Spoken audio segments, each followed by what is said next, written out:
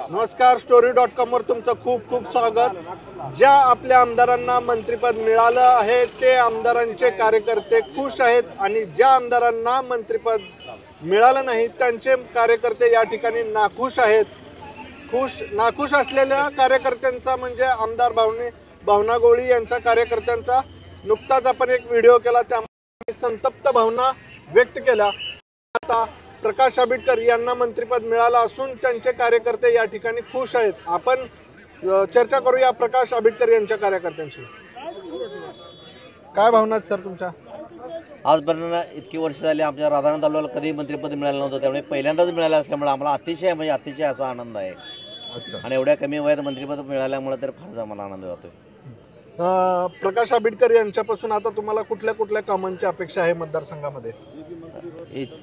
याच्या पाठीमागे त्यांनी या 10 वर्षामध्ये चांगलीच कामं केलेली आहेत। कोणतेही अगदी कामच नाही तर अगदी वैयक्तिक सुद्धा कामं केली आहेत। वैद्यकीय असना, शैक्षणिक असना, सामाजिक असना, सगळ्या क्षेत्रात ते आहेतच आणि इथून पुढे ते पण ते करतीलच। तुमचं नाव कोण? मी नेताजी मारुती सारंग, राहणार कूर, राधानगरी विधानसभा मतदारसंघातला एक सामान्य कार्यकर्ता। आज आदरणीय आमच्या विभागाचे लाडके कार्यसम्राट आमदार आदरणीय प्रकाशराव आंबेडकर साहेब यांना आता या राज्याचे माजी मुख्यमंत्री, विद्यमान उपमुख्यमंत्री आदरणीय एकनाथभाई शिंदे तसेच देवेंद्र फडणवीस साहेब आणि अजितदादा पवार यांच्या मार्गदर्शनाखाली आज ते या राज्याचे मंत्री म्हणून शपथ घेत आहेत। तर गेली 75 वर्ष या कालखंडामध्ये कधीही राधानगरी विधानसभा मतदारसंघामध्ये मंत्रिपदाची संधी मिळालेली नाही, तरी या निमित्तानं ही मंत्रिपदाची संधी आपल्याला मिळते। तर याबरोबर हा एक तरुण चेहरा ज्यांनी पंचायत समितीमध्ये युवा स्पोर्ट्स शाखा 92 स्थापन केली, त्यानंतर पंचायत समिती सदस्य म्हणून, पंचायत समिती भद्रगडचे उपसभापती म्हणून 2097 ते 2002, 2002 ते 2005 पर्यंत जिल्हा परिषदेचे सदस्य म्हणून आदरणीय प्रकाशराव आंबेडकर साहेबांनी काम केलं।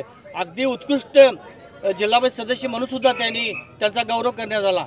त्यानंतर 2009ला त्यांनी आमदारकी लढवली, पण काही कालावधीमध्ये त्यांना अपयश आले, पण तब्बल 40,000 मताधिक्य घेऊन ते अपयश आलं। पण 2014ला या राधानगरी भद्रगडच्या तमाम जनतेनं त्यांना 1,40,000 असं मताधिक्य देऊन 40,000 त्यांना प्रचंड मतांनी निवडून दिलं। आणि या जीवावर या सर्वसामान्य एक कामगारचा मुलगा, बिद्री काकांच्या कामगारांचा मुलगा एक आमदार, आणि आमदार कसा असावा तर यांनी गेल्या 14 ते 19 या कालखंडामध्ये अत्यंत मतदारसंघामध्ये दऱ्याखोऱ्याचा मतदारसंघ, अगदी डोंगराळ भागातला मतदारसंघ, राधानगरी, भद्रगड आणि आजरा हे तिन्ही तालुके हे डोंगराळ भागाचे आहेत। अख्ख्या महाराष्ट्रामध्ये आणि येऊन कोल्हापूर जिल्ह्यामध्ये जो अतिशय दुर्गम, अतिशय लांब लचक असा मतदारसंघ हा एकमेव राधानगरी विधानसभा मतदारसंघ येतोय। आणि या मतदारसंघामध्ये त्यांनी रस्त्याची कामं, सर्वसामान्यांच्या जडणघडणीची कामं, आरोग्याची कामं ही गेली 5 वर्षाची कामं केलीत। त्यानंतर गेल्या 19 मध्ये त्यांनी सुद्धा अशी कामं केलीत की धरणांची कामं असतील, आरोग्याची कामं असतील, हे प्रचंड काम त्यांनी केल्यामुळं एकनाथ शिंदे साहेबांचं मी शतशः आभारी मानतो की त्यांनी पहिल्यांदा राधानगरी विधानसभेमध्ये मंत्रिपद दिल्याबद्दल तमाम राधानगरी भद्रगडच्या सामान्य जनतेच्या वतीने मी त्यांना धन्यवाद देतो, आभार मानतो। तुमच्या जिल्ह्यातले राजेश क्षीरसागर मंत्रिपद न मिळाल्यामुळे नाराज आहेत, त्यांच्याबद्दल काय? त्यांच्यावर आम्ही काय म्हणू शकत नाही। आम्हाला आमच्या राधानगरी विधानसभा मतामध्ये 40-50 वर्षांनंतर पहिल्यांदा एक युवा चेहऱ्याला कामाच्या माध्यमातून, लोकांच्या संपर्काच्या माध्यमातून आणि बलाढ्य शक्तीला हरवून तब्बल 3 वेळ हॅट्रिक करणारे एकमेव आमदार म्हणजे प्रकाश आंबेडकर यांचा सार्थ अभिमान आम्हाला आहे। आता तुम्ही तुमच्या मतदारसंघामध्ये कुठल्या कामांची अपेक्षा करत आहात प्रकाश सरांकडून? पहिल्यांदा सन्माननीय आमदार प्रकाश आंबेडकर साहेबांचं आम्ही मनापासून कौतुक करतो की असा आमदार आम्हाला लाभला।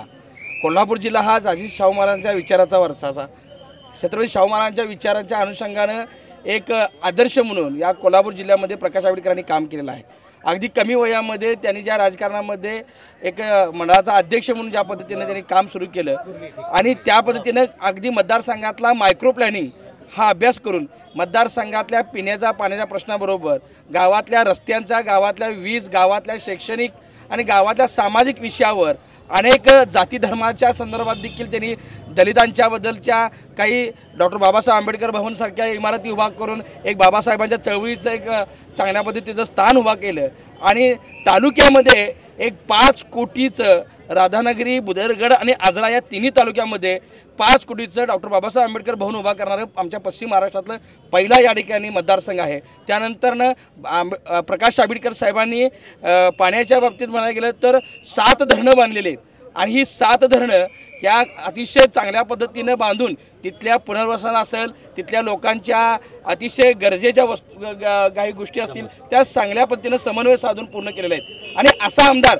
सार्वभौमत्व सगळ्यात सांगायची म्हणजे गोष्ट म्हणजे आमचा मतदारसंघ 3 तालुक्यांचा आहे आणि या 3 तालुक्यामधल्या ग्रामीण भागामधला मतदारसंघ जो आहे तो आरोग्याच्या दृष्टिकोनातून फार सगळ्यात महत्त्वाचा सेन्सिटिव्ह आहे आणि अनेक खेडे गावं या ठिकाणी अनेक शहरापासून वंचित होतील, परंतु ग्रामीण भागामध्ये उपजिल्हा रुग्णालय या ठिकाणी या तिन्ही तालुक्यामध्ये आणणारा पहिला या ठिकाणी आमदार या आमच्या कोल्हापूर जिल्ह्यामध्ये आहे. प्रकाश आंबेडकर साहेबांनी शैक्षणिकदृष्ट्या आपल्या गारगोडीसारख्या गावामध्ये या ठिकाणी चांगल्या पद्धतीनं जे शैक्षणिक कोर्स असतील, कृषी ॲग्रिकल्चर असेल, BE कॉलेज असेल, या सगळ्या पद्धतीचं शैक्षणिक धोरण उभा केलं आहे. आणि भविष्यात या ठिकाणी रोजगाराच्या संदर्भात म्हटलं तर प्रकाश आंबेडकर साहेबांनी या ठिकाणी सूतगिरण आणि साखर कारखान्याचा देखील प्रकल्प या ठिकाणी हाती घेतलेला आहे. आणि निश्चित सांगतो हे सगळं पूर्ण करण्यासाठी या महाराष्ट्राचे माजी मुख्यमंत्री आणि सध्याचे या ठिकाणी विद्यमान उपमुख्यमंत्री सन्माननीय नामदार एकनाथजी शिंदे साहेब यांच्या आशीर्वादामुळं या ठिकाणी प्रकाश आंबेडकर साहेब या मतदारसंघासाठी ज्या पद्धतीने त्यांनी शब्द घेऊन दिला होता की तुम्ही प्रकाश आंबेडकर साहेबांना मागच्या वेळी 18,000चं लीड होतं ते तुम्ही 36,000 करा. हे 36,000 केल्यानंतर या प्रकाश आंबेडकर साहेबांना मी मंत्रिपदासाठी या ठिकाणी निश्चितपणे या ठिकाणी शब्द देतो आणि ते शब्द या ठिकाणी सन्माननीय मुख्यमंत्री एकनाथ शिंदे साहेबांनी दिल्याबद्दल मी तमाम या ठिकाणी कोल्हापूर जिल्ह्यातल्या आणि या राधानगरी मतदारसंघातल्या या तमाम कार्यकर्त्यांच्या आणि शिवसैनिकांच्या वतीने मी त्यांचा मनापासून आभार मानतो. मी राधानगरी मतदारसंघातून एक दुर्गम भागातून 1300 किलोमीटरवरून आमचा जनतेचा नेता आमदार झाला आणि तो आज मंत्री होतो ह्याचा अभिमान आहे म्हणून आम्ही 1300 किलोमीटरवरून सामान्य कार्यकर्ते इथं आलो आहोत.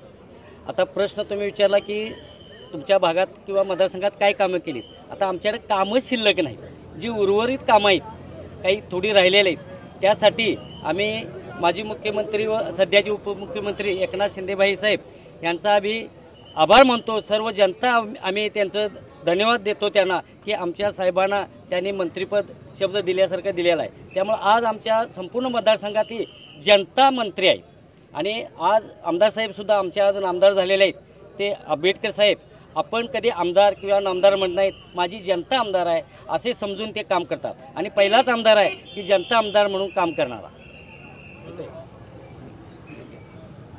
राधानगरी बुदरगड आजरा मतदारसंघाचे विद्यमान आमदार माननीय श्री प्रकाशरावजी आंबेडकर साहेब यांच्या माध्यमातून तमाम मतदारसंघामध्ये हजारो वाड्या वस्त्यामध्ये ज्या ठिकाणी स्वातंत्र्यापासून कधीही लाईट, वीज, पाणी आणि रस्ते या मूलभूत सुविधा उपलब्ध नव्हत्या, त्या सर्व सुविधा उपलब्ध करून देण्याचं खूप मोठं कार्य आमदार साहेबांच्या माध्यमातून झालेलं आहे. आणि ह्या निवडणुकीमध्ये आपल्या महाराष्ट्र राज्याचे माजी मुख्यमंत्री आणि सध्याचे उपमुख्यमंत्री माननीय श्री शिंदेसाहेब यांनी गारगोटीच्या जाहीर सभेमध्ये शब्द दिला होता की प्रकाश आंबेडकर यांचं लीड हे गेल्या वर्षी 18,000 रुपयाचं होतं, ते 36,000 इतकं मताधिक्य त्यांचं जर तुम्ही केला तर त्यांना आम्ही मंत्री करू.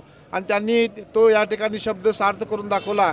निश्चित स्वरूपामध्ये राधानगरी, बुदरगड, आजरा या मतदारसंघातील सर्व गावातील, सर्व वाडी वस्तीतील सर्व नागरिकांचं पुनश्च एकदा एकनाथ शिंदे साहेबांचा हार्दिक आभार. सन्माननीय प्रकाश आंबेडकर साहेबांचा राधानगरी, बुदरगड, आजरा विधानसभा मतदारसंघाचे विद्यमान आमदार आणि आत्ता नामदार माननीय प्रकाशरावजी आंबेडकर साहेब हे आज मंत्री होत आहेत आणि या मंत्रिपदाचा विजयोत्सव साजरे करण्यासाठी हजारो कार्यकर्ते गारगोटीहून नागपूरमध्ये दाखल झालेले आहेत. परंतु आम्ही जरी इथं हजारो असलो तर राधानगरी, बुदरगड, आजरा मतदारसंघातील गावागावात मोठमोठ्या स्क्रीन लावून आणि गुलाल उधळून साखर वाटप करून आनंद उत्सव साजरा करत आहेत. कारण स्वातंत्र्यापासून आज अखेर राधानगरी मतदारसंघाला मंत्रिपद कधीही मिळालेलं नव्हतं, ते आज आमदार प्रकाश आंबेडकर साहेबांच्या माध्यमातून आणि खास करून माजी मुख्यमंत्री आणि सध्याचे उपमुख्यमंत्री एकनाथरावजी शिंदे साहेबांच्या आशीर्वादानं जे आज मंत्रिपद मिळतंय, खरोखरच या मतदारसंघाला त्यांनी जे काही शब्द दिला होता पाळलेला आहे.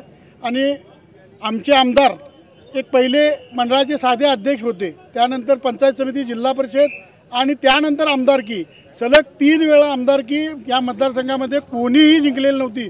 ते हॅट्रिक करण्याचं काम आणि समोरच्या उमेदवाराला सुद्धा पाडायचं, हॅट्रिक करायचं काम हे आमदार प्रकाश आंबेडकर साहेबांनी केलेलं आहे.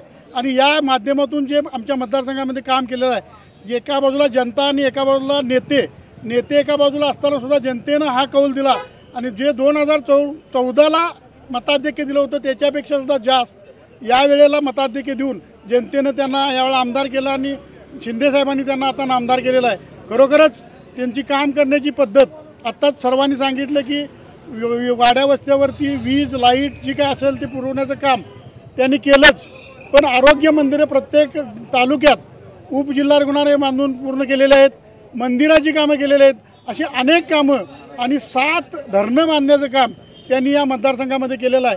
आणि त्यांच्या कामाचा ठसा हा कोणत्याही परिस्थितीमध्ये तळागाळापर्यंत गेलेला आहे. आणि त्यांची जी काय सगळेच लोकांच्याबरोबर सलगता असती त्यामुळं ते लोकांच्यामध्ये भावलेले आहेत.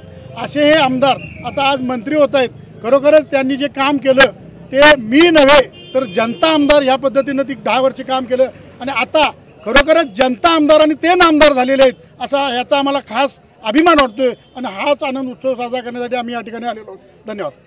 स्वातंत्र्यानंतर पहिल्यांदाच राधानगरीला एकनाथ शिंदे यांच्यामुळे मंत्रिपद मिळालं अशा प्रकारची भावना या ठिकाणी आमदार नूतन मंत्री प्रकाश आंबेडकर यांचे कार्यकर्ते व्यक्त करत आहेत. अशाच प्रकारे पाहत राहा आणखीन काही व्हिडिओ. आमच्या चॅनलला सबस्क्राईब करायला विसरू नका.